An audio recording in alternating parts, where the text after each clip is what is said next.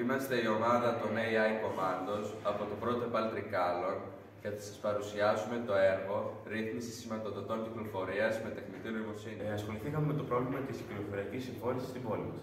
Συχνά στις σταυρώσεις δύο δρόμους συμβαίνει ένας δρόμος να έχει μεγάλη κίνηση, ενώ ο άλλος μικρή, με αποτέλεσμα να δημιουργούνται μεγάλες ουρές στον ένα δρόμο, ενώ μικρές ή και καθόλου ουρές στον άλλο δρόμο.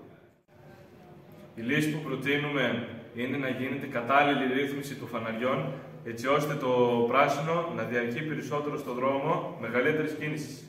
Για την αναγνώριση του δρόμου μεγαλύτερης κίνησης, δημιουργήσαμε ένα σύστημα με κάμερα και λογισμικό αναγνώρισης οχημάτων με τεχνητή νοημοσύνη. Το σύστημα ελέγχει τον αριθμό των αυτοκινήτων που περιμένουν στην ουρά ενός δρόμου. Αν μεγαλώσει αρκετά, αλλάζει η ρύθμιση των φαναριών, έτσι ώστε να αποτραπεί η συμφόρηση. Η κάμερα είναι στηρωμένη πάνω σε βάση και περιστρέφεται με τη βοήθεια ενός κινητήρα, ώστε να ελέγχει και τους δύο δρόμους της διασταύρωσης. Όλο το σύστημα ελέγχεται από ένα Arduino.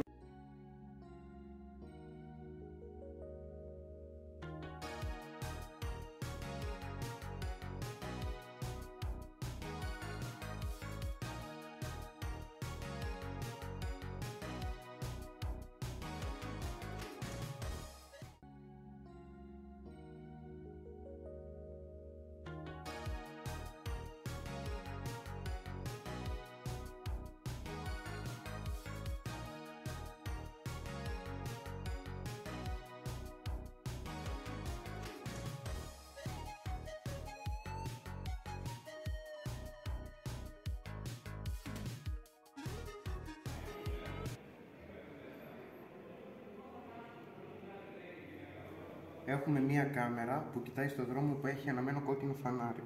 Έχουμε βάλει και στο Arduino να δείχνει τη διάρκεια του κόκκινου φανάρι και όταν δημιουργηθεί μία ουρά πάνω από δύο αυτοκινήτων, ανάβει πράσινο και κοιτάει στον άλλο δρόμο.